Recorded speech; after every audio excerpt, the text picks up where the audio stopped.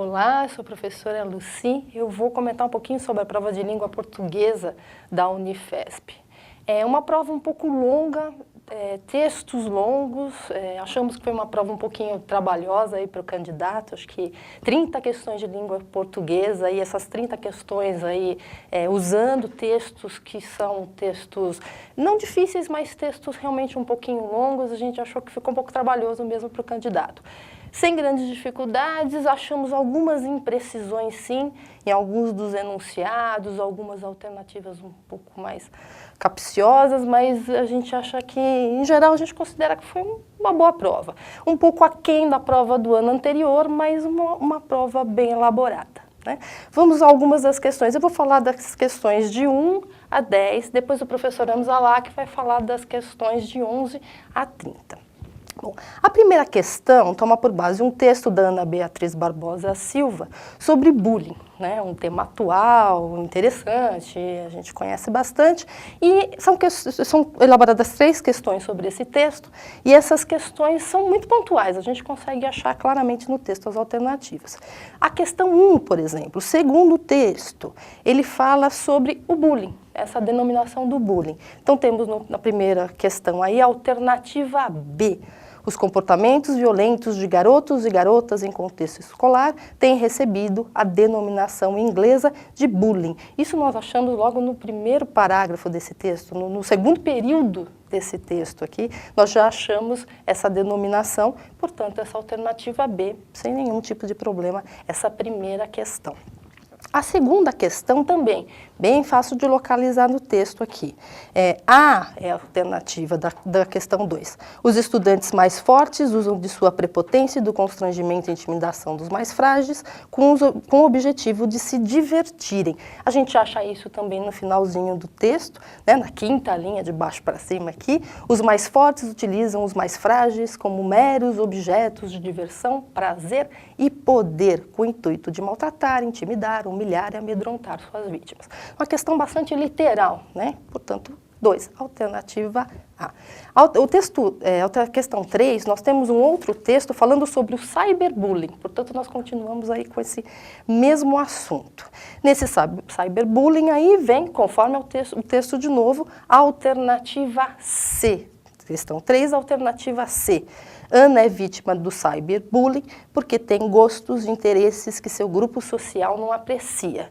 Essa alternativa aqui ecoa bem no finalzinho do texto, no depoimento da Ana, em que ela diz: uso preto, ouço rock e pinto cabelo, curto coisas diferentes e falo outros assuntos, por isso não me aceitam. Então ela coloca aqui no finalzinho do texto isso, que se o grupo ao qual ela pertence não aceita porque ela tem gostos diferentes, que seriam os gostos desse público, certo? Portanto, alternativa C. Textinhos fáceis, como eu disse, os 2 do mesmo assunto, mas um pouquinho longos para 3 questõezinhas. Questão 4, nós temos um texto mais curto da Folha de São Paulo. Nessa questão 4 aqui, a alternativa correta, a alternativa B. Ele pergunta o seguinte: no texto há um erro gramatical. Portanto, agora temos uma questão gramatical extraída desse texto. O tipo de erro e a versão que o corrige estão respectivamente em... O erro em que nós encontramos aqui, o que foge à norma culta, é esse trechinho aqui, ó, bem no finalzinho, de acordo com a polícia, etc. Ele diz: mas ela não o correspondia. Ele está falando que era apaixonado pela menina, mas ela não o correspondia. Na verdade, ele queria dizer que ela não correspondia ao amor que ele sentia, ao sentimento dele. Então, ela não correspondia a isso. Corresponder é um verbo transitivo indireto, pede a preposição a. Como houve o apagamento aqui do objeto, simplesmente nós não poderíamos substituí-lo por um pronome oblíquo, como foi feito aqui, que é esse o. Então, o erro está justamente nesse o de não o correspondia. Então, ficamos com a alternativa B, o uso do pronome, porque era apaixonado por ela, mas ela não correspondia. Retiramos aí o pronome. Ok? A questão 5, de 5 a 7, vamos a um único texto. Esse texto também é um texto longo, com bastante informação, dados concretos, números, mas um texto claro, né? Segundo o texto, achamos aqui a alternativa correta como a alternativa D. Como causa de mortalidade, os acidentes de trânsito são quase tão importantes quanto os assassinatos no ranking da violência do Brasil. Bom, nós achamos essa resposta aqui, dando uma lidinha nesse texto, e no segundo parágrafo nós vemos: se os assassinatos com armas de fogo são uma face da violência vivida em nossa sociedade, ela não é a única. Logo atrás, em termos de letalidade, estão os acidentes fatais de trânsito, com cerca de 33 mil mortos em 2002 e 35 mil mortes por ano em 2004 e 2005. Então, aí nós temos essa alternativa, que é a alternativa D. Questão 6. No período, ele extraiu do texto um períodozinho e fez uma questão agora, sim, uma questão de gramática.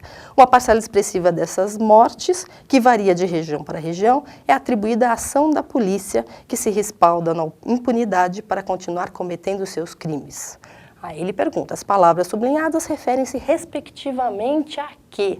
Alternativa A, sublinhamos aqui o quê, né? E sublinhamos o segundo o quê? A palavra parcela e tem a função de sujeito. Então aqui, uma parcela expressiva destas mortes que varia de região para região. Esse que é anafórico de parcela, né? Parcela varia, parcela é o sujeito de varia, portanto. O segundo que aqui sublinhado, né, é atribuída à ação da polícia, que se respalda na impunidade. Esse que agora é anafórico, retomando polícia, né, um pronome relativo anafórico, que retoma polícia. Polícia, portanto, desempenha a função de sujeito do verbo respaldar. Temos, então, a alternativa A. A palavra parcela tem a função de sujeito e a palavra polícia, função de sujeito também. Questão 6, portanto, alternativa A. Questão 7, ainda estamos aí versando sobre esse mesmo texto, e ele coloca aqui, né, vários tópicos e pergunta, as ideias apresentadas no texto se encontram em quais? Em 1, 2, 3, onde é que a gente acha a verdade aqui? A falta de empregos, a baixa remuneração e o déficit habitacional raramente são compreendidos como forma de violência. Esse raramente aqui foi o problema da nossa questão, né? Anulou essa nossa questão. Não, raramente. Portanto, essa aqui, falsa, descartamos. O não oferecimento de educação, saúde e transporte público a toda a população também pode ser visto como uma forma de violência. E ele afirma isso no último período aqui do texto, né? Ele fala disso, a privação de emprego, de salário digno, da educação, de saúde, do transporte público, literalmente aqui, né? Da moradia, da segurança alimentar. Tudo isso pode ser compreendido considerando que incide sobre direitos assegurados por nossa Constituição. Ou seja, temos verdade aqui nesse 2. Vamos segurar para ver a alternativa. Uma briga de bar que resulta em morte é um ingrediente a mais a engrossar o caldo da violência do país. Ele fala isso mesmo. Olha, uma discussão num botequim de periferia pode terminar em morte. Ainda nesse último parágrafo aqui, é o segundo período. Então, temos também verdadeiro, alternativa D, 2 e 3 apenas, certo? Sem nenhuma dificuldade, essas 3 questões aqui foram bem tranquilas para a gente resolver. Bom, questões de 8 a 10, né, nossas 3 últimas questões sobre esse mesmo texto, né, é um texto extraído da Folha de São Paulo, quero destacar isso também, é o segundo texto extraído da Folha de São Paulo, né, de um mesmo ano, eles conseguiram pegar agora de 2008 e 2010, né, eles pegaram no mesmo ano 2 textos de uma mesma fonte. Esse textinho aqui da Folha de São Paulo fala sobre um caminhoneiro que foi assassinado por um outro caminhoneiro japonês e fala de toda essa relação. Esse texto já tem um nível um pouco mais difícil, um texto um pouco mais difícil de compreender. E essa questão 8 foi uma questão bem difícil da gente chegar na alternativa. Temos a alternativa C como gabarito oficial dele, em que ele diz: a ideologia de um lado e o pragmatismo de outro criaram condições para uma fase de silêncio sobre a intolerância antinipônica. Bom, essa questão da ideologia de um lado, do pragmatismo do outro, é que foi difícil de interpretar. Exatamente o que a banca pretendia com essas expressões. Bom, chegamos aqui ao segundo parágrafo, né, foi o mais próximo que nós conseguimos chegar, com o final da Segunda Guerra, que é um fato, né, o eclipse do Estado Novo e o desmantelamento do Shindorenmei, que era uma organização nacionalista. Daí a ideia da ideologia. Então, pragmatismo, uma coisa que foi feita, a ideologia deles aí, da organização nacionalista, nós acabamos chegando a essa alternativa, que é a alternativa C. Mas deixar claro que foi uma questão bastante complicada, talvez uma questão que gere discussões aí sobre gabarito. Bom, a questão 9 é uma questão sobre gramática, né, extraída desse texto. Ele pegou um trechinho aqui, 2 orações.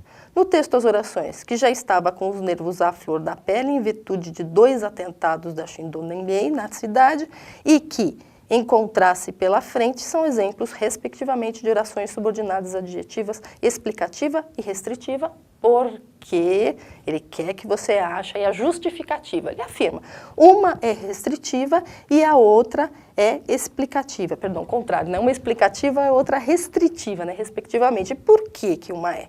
Que já estava com os nervos à flor da pele, sim, voltando no texto, a gente acha como antecedente a cidade, né? A população.